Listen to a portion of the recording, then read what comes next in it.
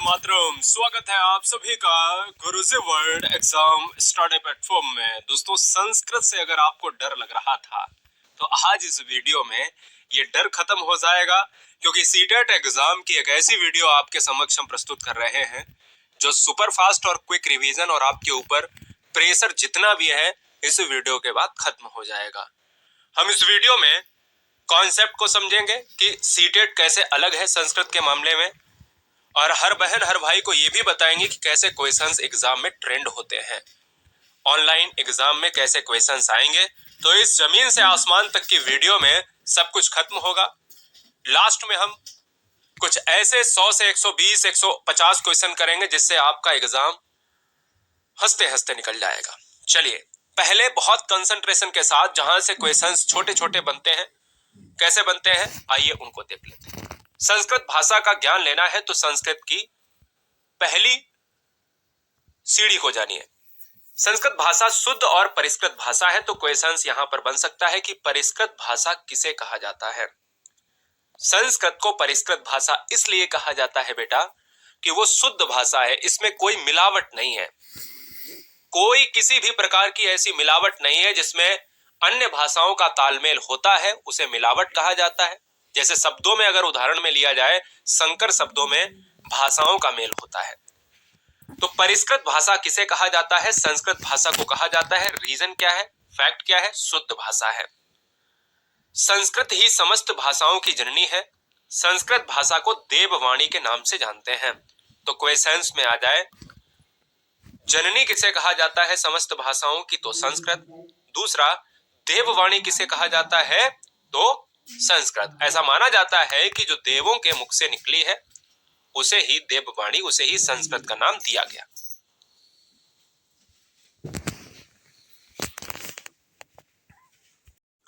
अगर आपके दिमाग में आता होगा कि संस्कृत के जनक कौन है बेटा, बहुत ही जबरदस्त तरीके से चीजों को समझिए जो अभी तक आपको नहीं मिला होगा। संस्कृत को सीटेट में क्रैक करने के लिए हिंदी से जोड़ के पढ़िएगा, तभी आप संस्कृत में पूरे नंबर प्राप्त कर पाएंगे या कर पाएंगे। संस्कृत भाषा की बात करी जाए तो जनक के रूप में आप एक चित्र देख रहे हैं, महर्षि पाणिनि का चित्र है। महर्षि पाणिनि को संस्कृत का जनक कहा जाता है। आपको मैं बताना चाहूंगा, पाणिनि अपनी योग विद्या के लिए बहुत विख्यात हुए। पाणिनि की अगर मैं बात करूं तो पाणिनि ने एक ग्रंथ भी रचा था, उसके बारे में हम जिक्र करेंगे। सबसे पहले मैं आपको बता दूं कि महर्षि पाणिनि को संस्कृत का जनक कहा जाता है। अगर हम पाणिनि की बात करें तो पाणिनि संस्कृत भाषा के सबसे बड़े व्याकरणकर्ता हुए। संस्कृत का तमाम ऐसा ज्ञान, पूरे ब्रह्मांडित का ज्ञान जो है पाणिनि अपनी पॉकेट में लेकर चलते थे, ऐसे कहा जाए। एक बड़ा विद्वान जिसको महर्षि पाणिनि के नाम से देश में विख्यात किया गया। पाणिनि की अगर बात हुई है तो दोस्तों, एक फैक्ट एग्जाम में हमेशा पूछा जाता है, अष्टाध्यायी पुस्तक को किसने लिखा? इन्होंने व्याकरण से संबंधित, किन्होंने? महर्षि पाणिनि ने व्याकरण से संबंधित कई पुस्तकें लिखी, जिनमें से प्रचलित पुस्तक का नाम अष्टाध्यायी है। अब एक चीज मैं आपको बता दूं, क्वेश्चन में एग्जाम में ये बनता है, हमेशा बनता रहेगा और 100% बनेगा। क्वेश्चन में ये बनेगा कि संस्कृत की जो पहली पुस्तक है, प्रथम पुस्तक है, वो क्या है? संस्कृत की पहली जो पुस्तक है दोस्तों, वो अष्टाध्यायी है, रिटन बाय महर्षि पाणिनि। यानी किसने लिखा है?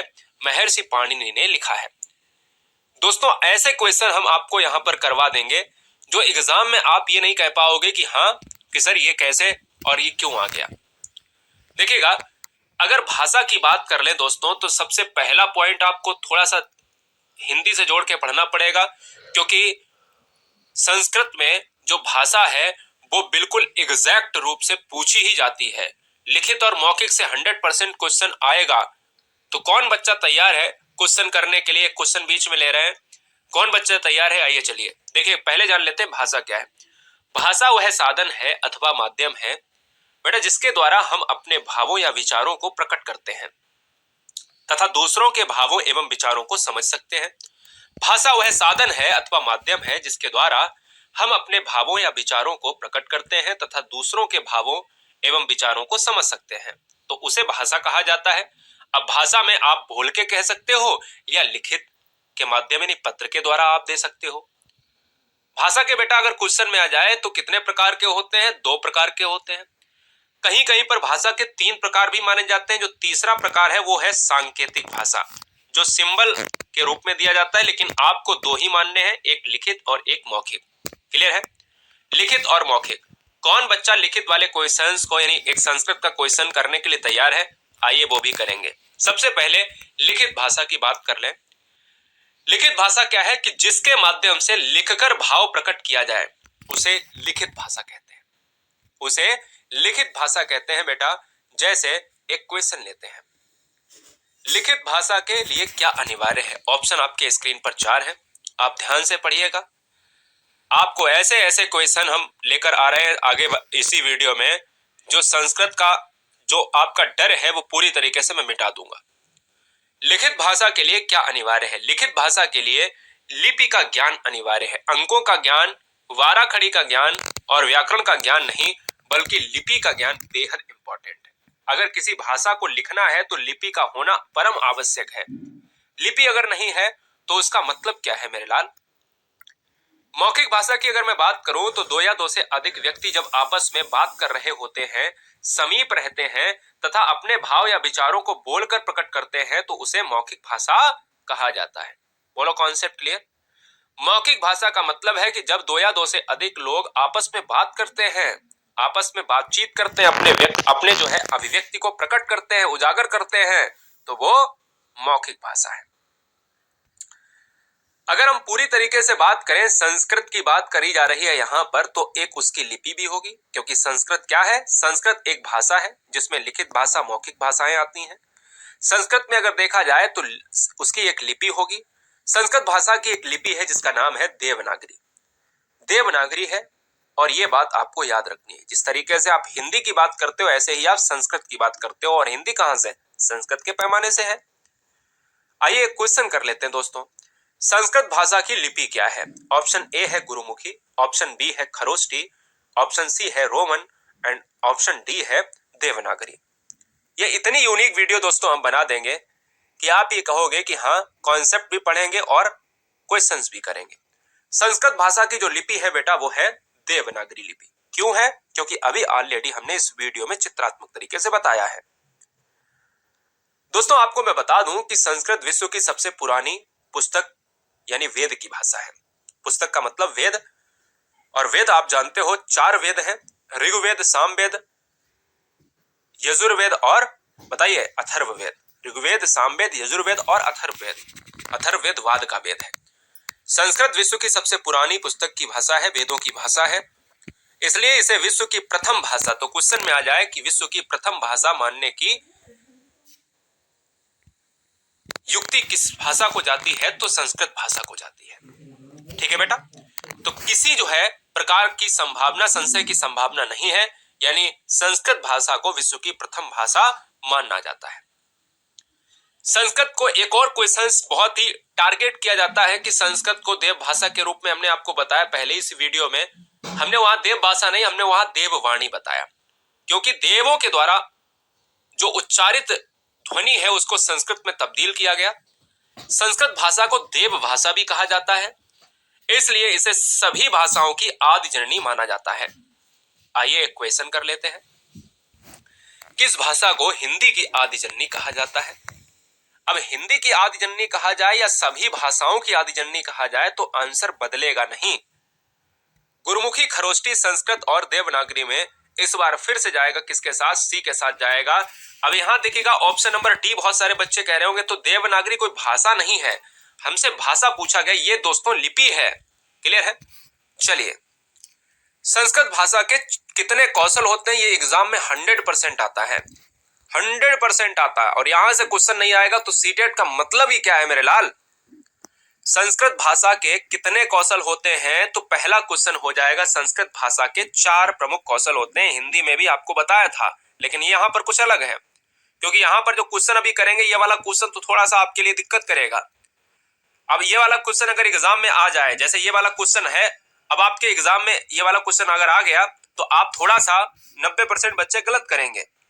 अब ये वाला क्वेश्चन आप करिएगा, पहले क्वेश्चन करके देखिएगा कि संस्कृत भाषायाः शिक्षणाय कौशलानां स्वभावा विक्रमः विद्यते। संस्कृत भाषा के शिक्षण में, शिक्षण कौशल में जो क्रम है वो क्या होना चाहिए बताइए।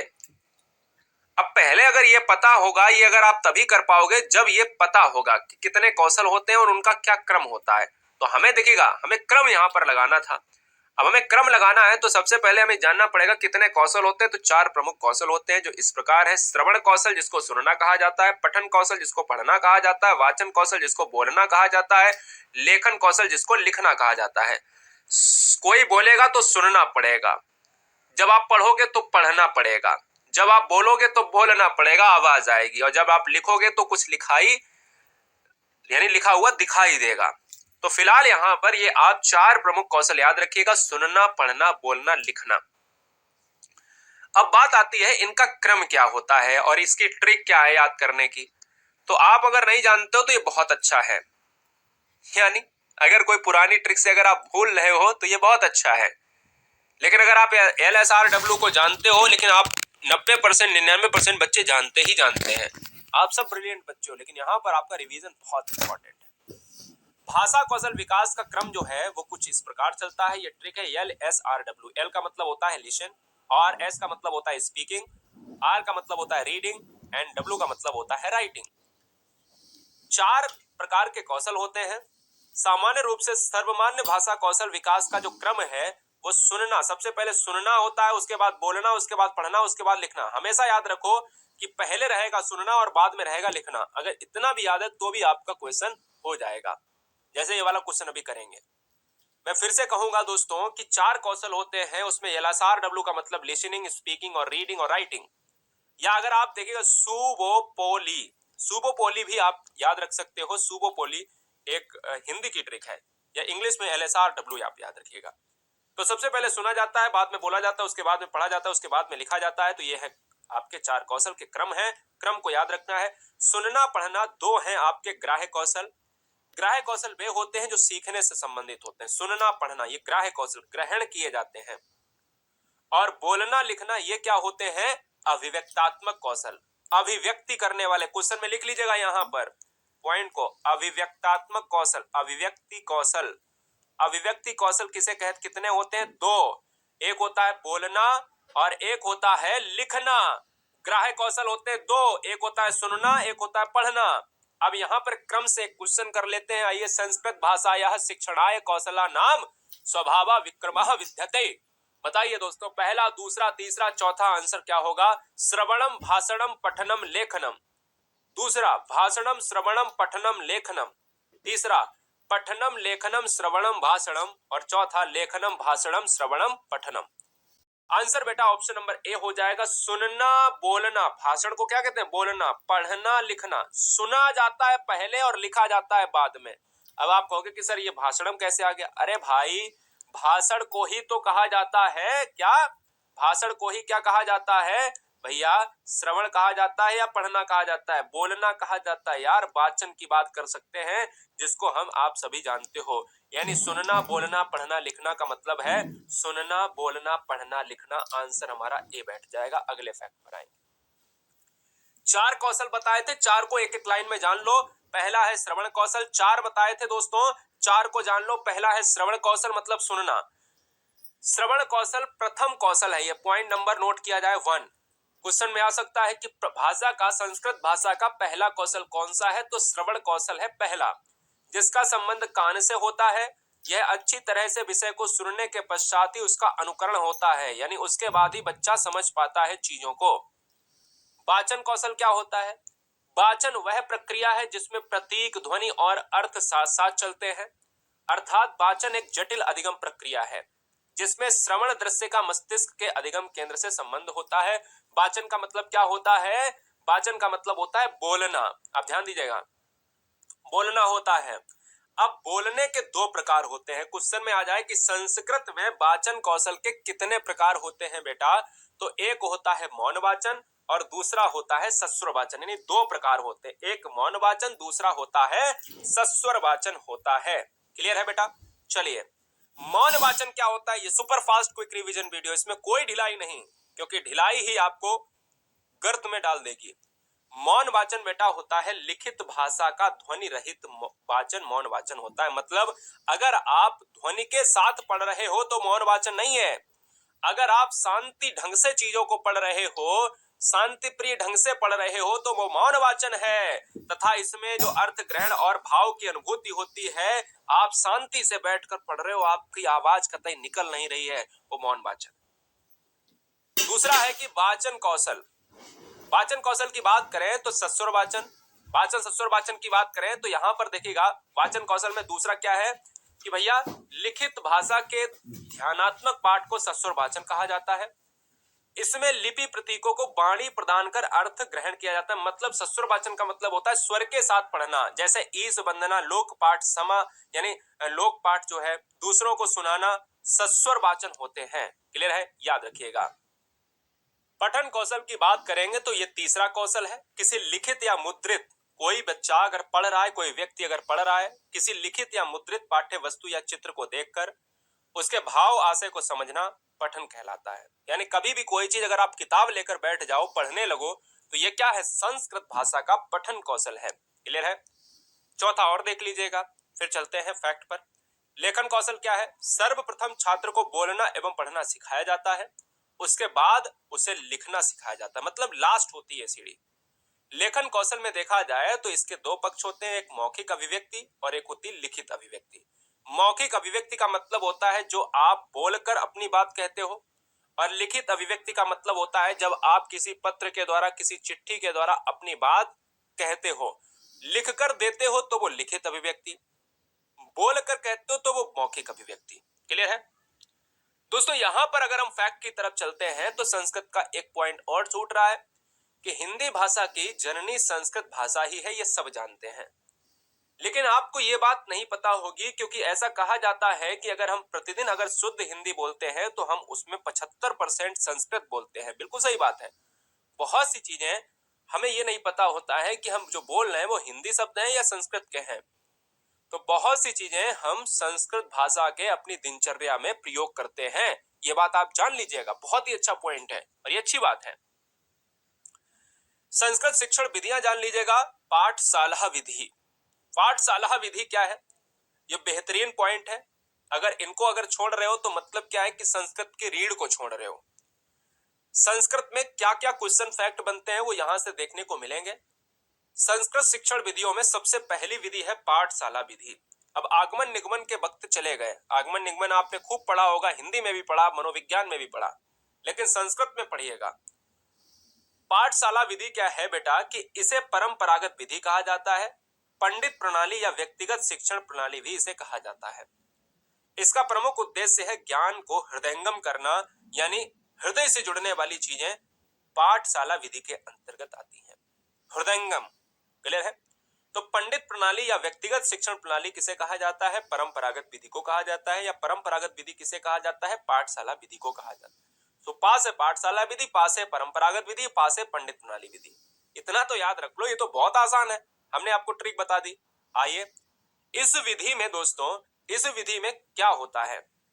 इस विधि में श्रवण, मनन और निध्यासन के द्वारा जो आप ध्यान करते हो, ध्यान लगाते हो, उन पर कंठस्थीकरण पर जोर दिया जाता है। यानी कंठस्थीकरण की बात आए तो पाठशाला विधि बेहतर होगी। ठीक है ना, याद रखिएगा। श्रवण और मनन के द्वारा जो कंठस्थीकरण पर अगर जोर दिया जाए तो वो विधि कौन सी है मेरे लाल? पाठशाला विधि है। आइए पाठशाला विधि की बात करें तो इस विधि की कमियां यही हैं कि यह शिक्षक आधारित विधि है। Very very most important. इसमें छात्र पर ध्यान कम दिया जाता है और स्मरण व रटाने पर जोर ज्यादा दिया जाता है। ये बहुत अच्छी विधि है। यानी अगर विधि की बात करें, बहुत अच्छी विधि का मतलब है एग्जाम के लिए। और हम लोग भी पढ़े हैं ना, यानी आप भी पढ़े हैं, हम भी पढ़े हैं, तो हम लोग भी इसी विधि पर आधारित पढ़ते रहे हैं। आजकल जो एनसीएफ आ रहे हैं, एनईपी आ रहे हैं, वो कह रहे हैं बाल केंद्रित शिक्षा। तो जो हमारे पिताजी के जो समय की बात करें तो वो लोग बहुत आजकल की एनईपी कह रही है कि मार भी नहीं सकते बच्चे को, लेकिन हम लोग तो मार भी खाए। याद करो अपना समय, है ना। तो ये शिक्षक आधारित विधि है। इसमें शिक्षक जो चाहेगा वही करेगा, शिक्षक के हिसाब से ही सारी चीजें शिक्षण पद्धति में आएंगी। ठीक है ना, ये बात आपको याद रखनी है। चलिए भाषण विधि दूसरी है, भाषण विधि। इस विधि के माध्यम से विषय वस्तु के कठिन शब्दों को स्पष्ट किया जाता है। और यह भी मैं बता दूं कि यह भी शिक्षक जो है केंद्रित विधि होती है।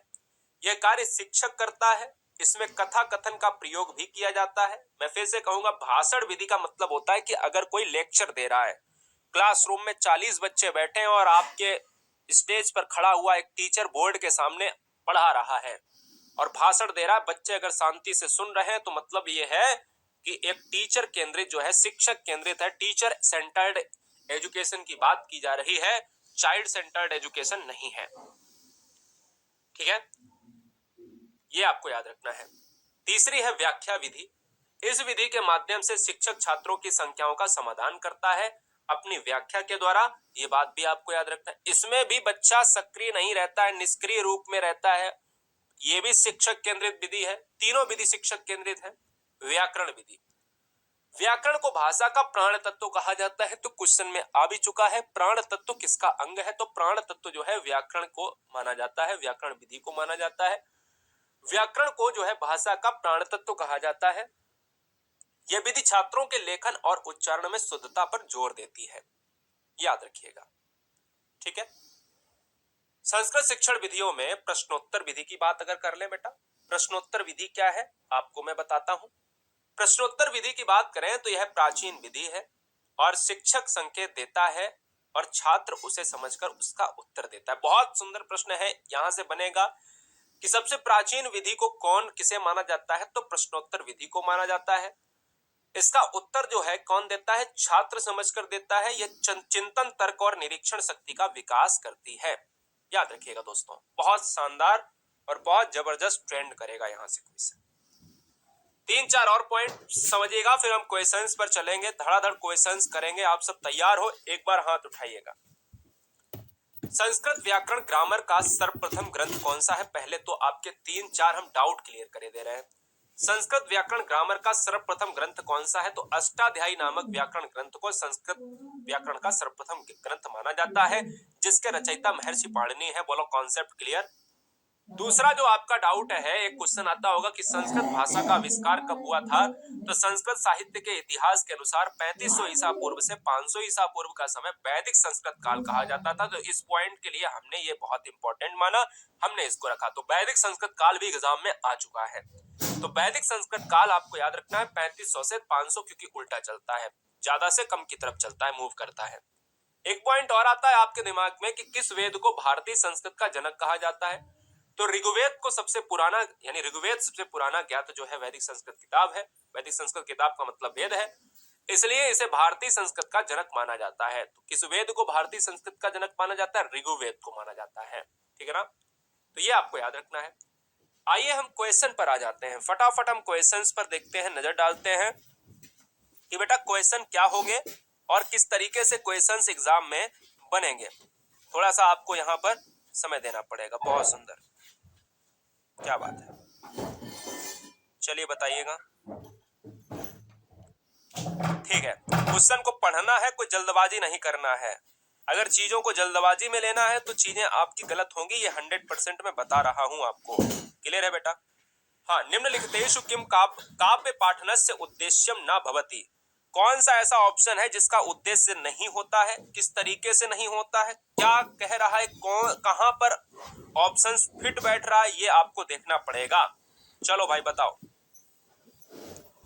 अरे भाई, इसमें क्वेश्चन ये कह रहा है कि काव्य को पढ़ने का उद्देश्य व्याकरण शिक्षण के साथ संबंधित नहीं है, यानी ये कौन सा उद्देश्य जो है वो नहीं होना चाहिए। काव्य समीक्षा एवं मनोरंजनम, व्याकरण शिक्षणम, शब्द निर्माणम, सामाजिक सांस्कृतिक पक्षाणाम ज्ञानम और काव्य समीक्षा त्वानाम ज्ञानम।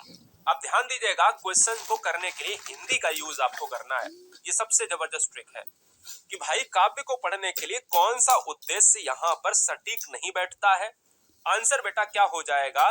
दूसरा इसलिए हो जाएगा क्योंकि देखिएगा, काव्य को पढ़ने के लिए मनोरंजन, क्योंकि आप जब काव्य को पढ़ते हो तो लयबद्ध तरीके से पढ़ते हो, तो उसमें एक तो मनोरंजन और ध्यान आकर्षित करते हो।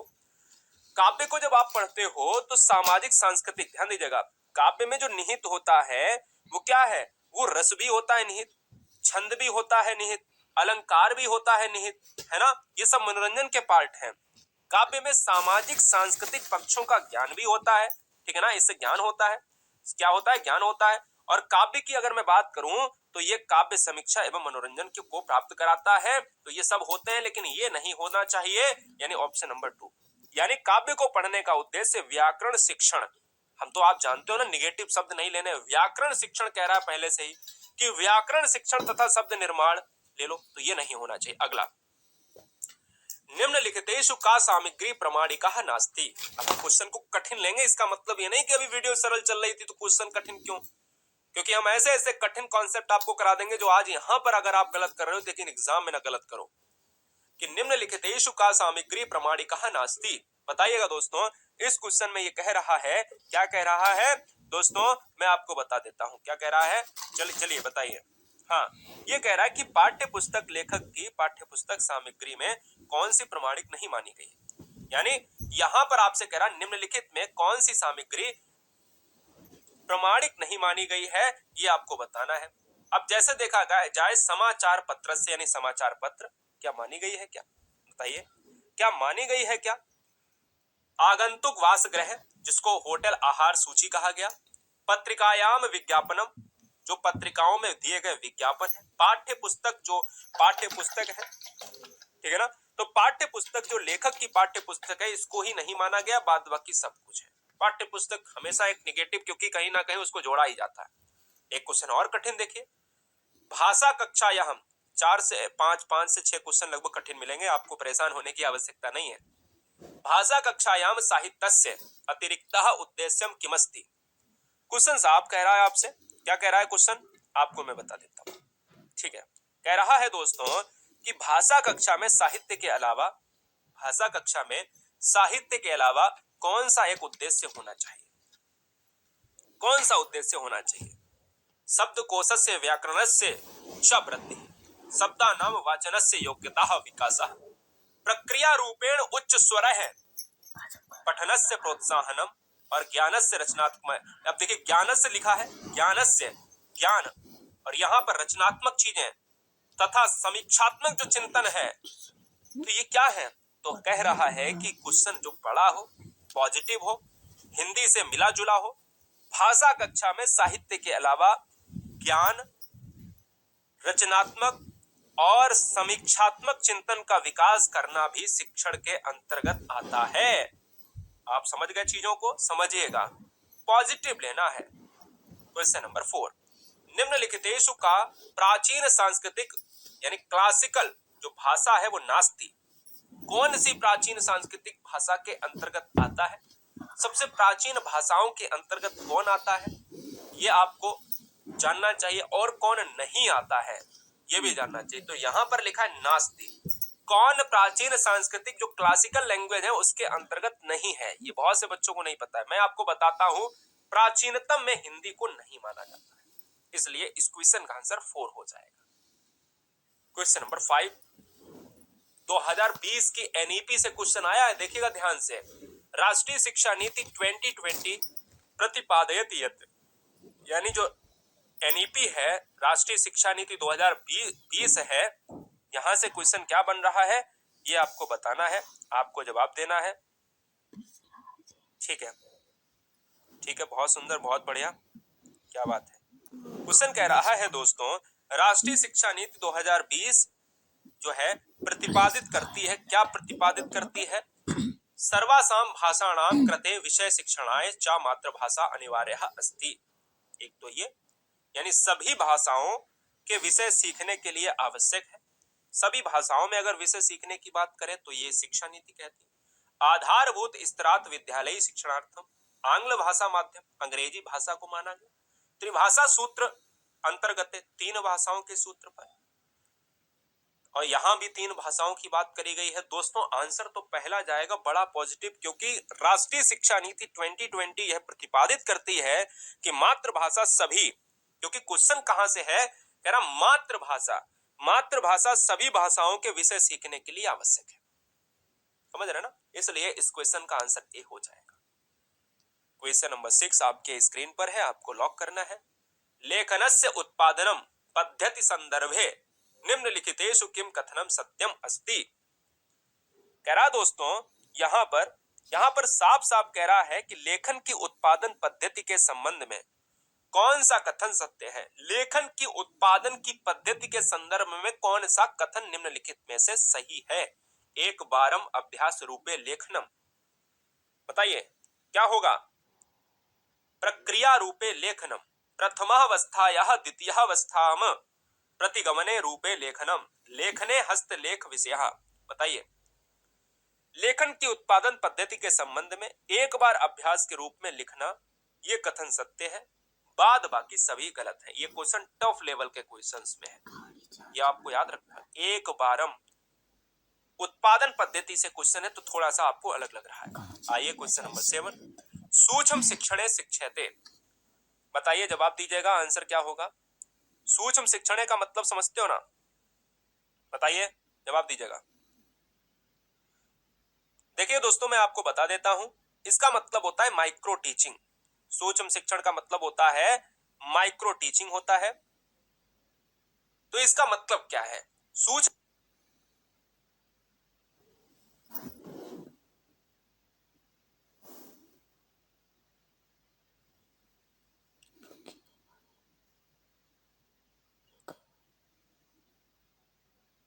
शिक्षण हमेशा कौशल के विकास के लिए कार्य करता है, भाव के बोध को नहीं, पदार्थ के बोध को नहीं, विभिन्न विधि प्रयोग नहीं, कौशल के विकास के लिए हमेशा माइक्रो टीचिंग वर्क करता है। यह दिमाग में आपको लाना है। क्लियर है। चलिए बहुत सुंदर, बहुत सुंदर दोस्तों, बहुत सुंदर, क्या बात है। कैसे हो आप सभी, कमेंट कीजिएगा, कमेंट कीजिएगा दोस्तों कैसे हो।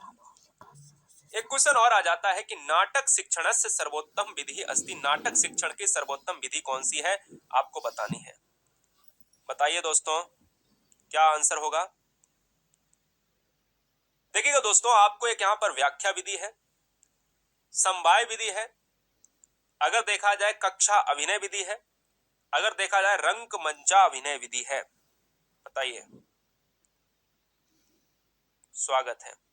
ये क्वेश्चन कर लिया तो मजा आ जाएगा, ये क्वेश्चन अगर कर लिया तो मजा आ जाएगा दोस्तों, क्योंकि हम कह सकते हैं कि इस क्वेश्चन को, हाँ इस क्वेश्चन को बहुत ही बेहतरीन लेवल में आंका जाता है।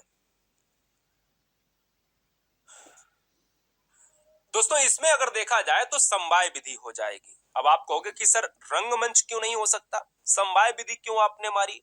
बेटा इसलिए समवाय विधि क्योंकि यह कम खर्चीली और बहुत ही सटीक विधि है। समवाय विधि जिसमें एक बालक को अपने सामाजिक, धार्मिक, आर्थिक, व्यवसायिक सभी क्षेत्रों को सम्मिलित करके शिक्षा दी जाती है, वो नाटक के शिक्षण के लिए बेहतरीन समवाय विधि मानी जाती है। आंसर हमारा। संस्कृत में निगमन विधि के प्रतिपादक कौन माने गए। निगमन विधि के प्रतिपादक एक अलग मैटर है।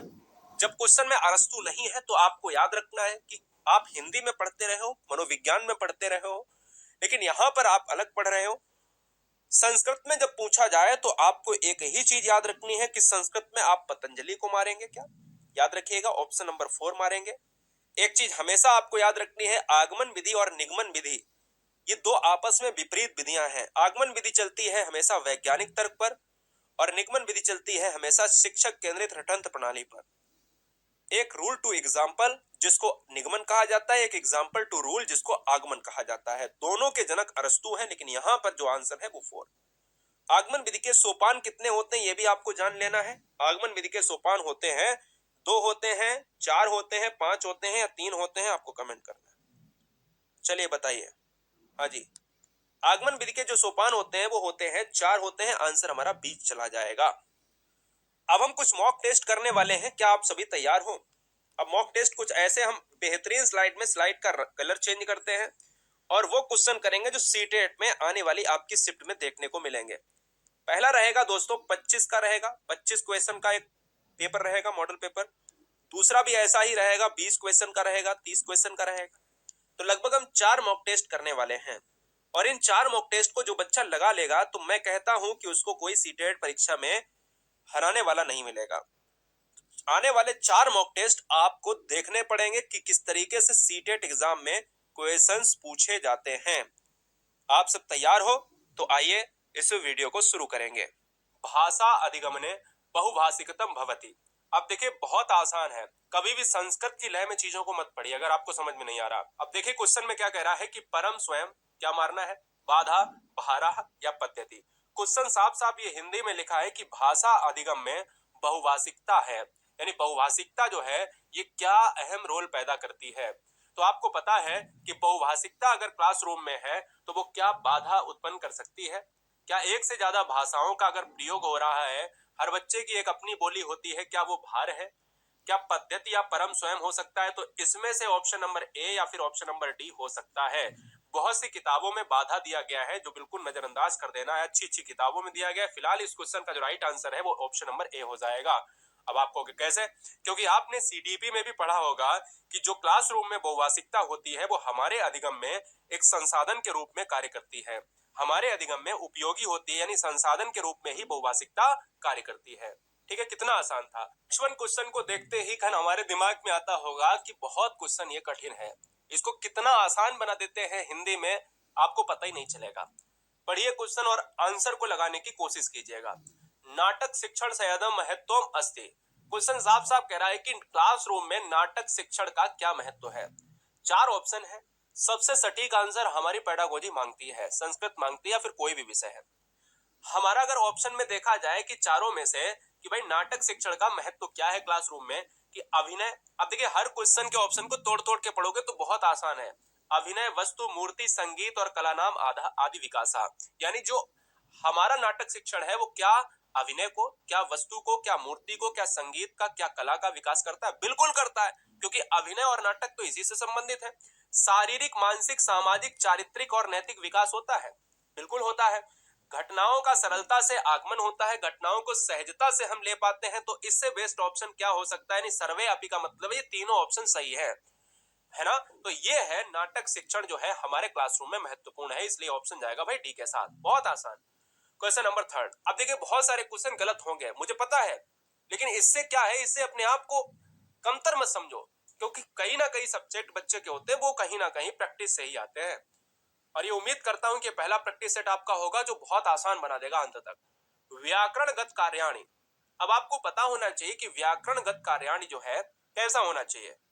अब सिंपल सी बात आपको पता होना चाहिए कि जब हम सीडीपी पढ़ते हैं, एनवायरमेंट पढ़ते हैं, तो बच्चे के संदर्भ, बच्चे के एक एनवायरमेंट के अनुसार, बच्चे के संदर्भ के अनुसार ही चीजों को यहाँ पर हम कन्वर्ट करते हैं। तो संदर्भ अनुसार की बात होगी, तो इसलिए इस क्वेश्चन का जो राइट आंसर है वो ए के साथ ही जाएगा, ए फॉर अजमेर जाएगा, क्योंकि ऐसे ही बच्चा सीखेगा।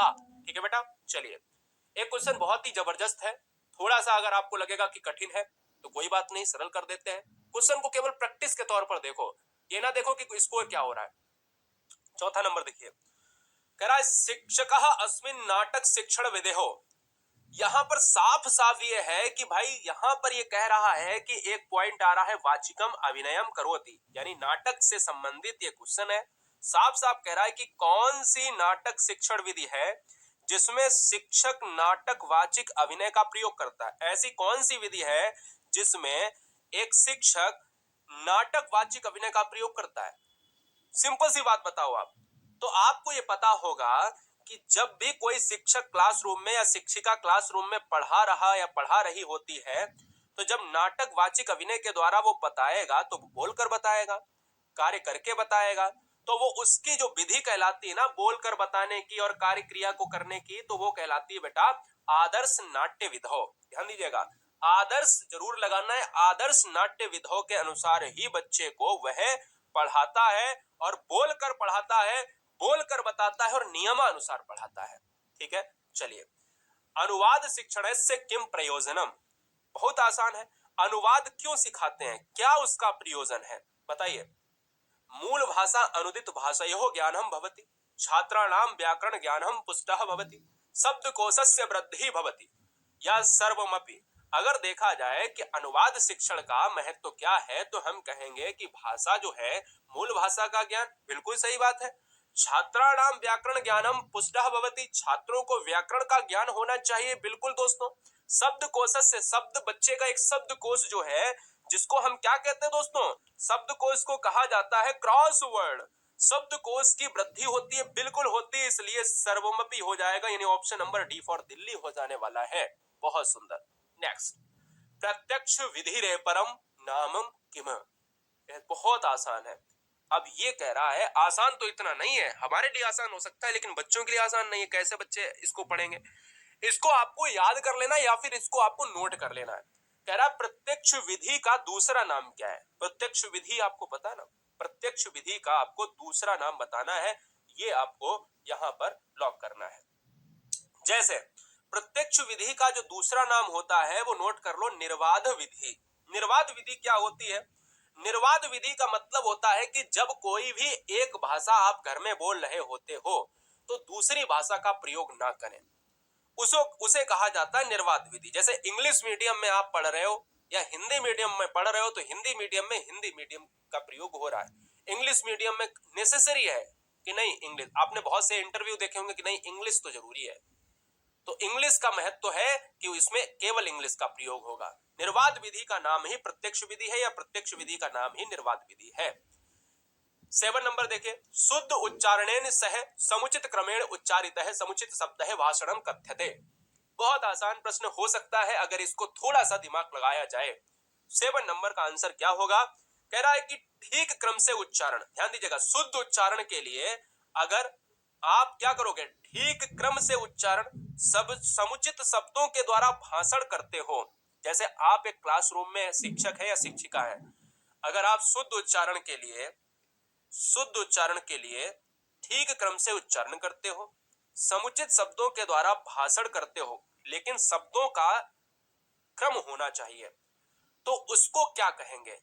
क्योंकि क्वेश्चन में ही इसका आंसर छुपा हुआ है, भाषणम कथ्यते। सिंपल सी बात है कि अगर चीजों को आप समुचित शब्दों को और क्रम से यहां पर लयबद्ध तरीके से कर रहे हो तो वो तो एक भाषण प्रक्रिया हो जाएगी। वो इस क्वेश्चन का जो राइट आंसर है वो ऑप्शन नंबर ए हो जाएगा। देखिए क्यों हो जाएगा? जब कोई क्लासरूम में कोई बच्चे को पढ़ाया जा रहा होता है तो एक शिक्षक बोलता है और भाषण देता है, तो भाषण में क्या होता है महत्वपूर्ण?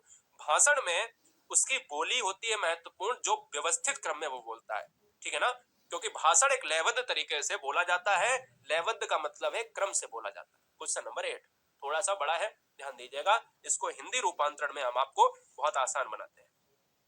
क्वेश्चन क्या कह रहा है? 8 नंबर क्वेश्चन आपसे कह रहा है, क्या कह रहा है?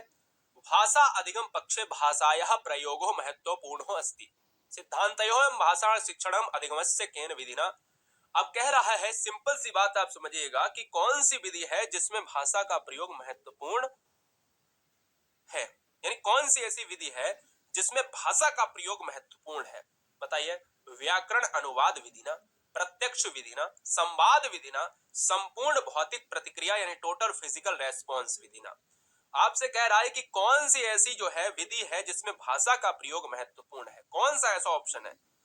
तो आपको पता है ना, संवाद विधि। संवाद विधि क्यों? क्योंकि संवाद विधि का मतलब है कि ए आप हैं और बी हम हैं।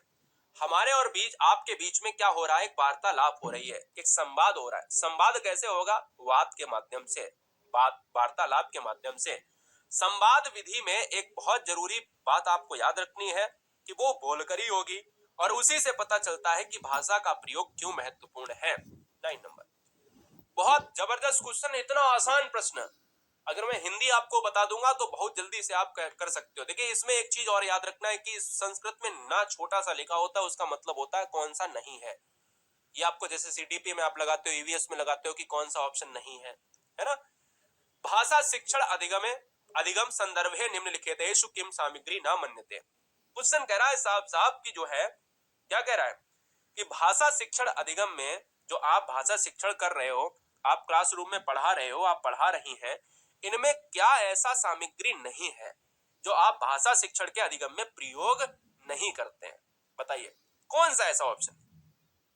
पाठ्य पुस्तकम, समाचार पत्रम, कंप्यूटर सॉफ्टवेयर, अध्यापकस्य भाषा। अब इसमें सारे ऑप्शन आपको लग रहे होंगे कि सही है, लेकिन आपको सामग्री की बात की जा रही है, तो सामग्री ये है, सामग्री ये है, सामग्री ये है। अध्यापकस्य भाषा जो है, किसी टीचर मेल और फीमेल टीचर की भाषा कोई सामग्री तो है नहीं, इसलिए इस क्वेश्चन का जो आंसर है वो डी फॉर दिल्ली हो जाने वाला है दोस्त। क्यों? क्योंकि अध्यापकस्य भाषा एक सामग्री नहीं है। सामग्री तो पढ़ाने के लिए पुस्तक है, पत्रम है, समाचार पत्रम है और सॉफ्टवेयर है, कंप्यूटर सॉफ्टवेयर है। तो ऑप्शन क्या चला जाएगा? 9 का डी। नेक्स्ट, भाषायाः संदर्भे कथम कथनम सत्यमस्ति।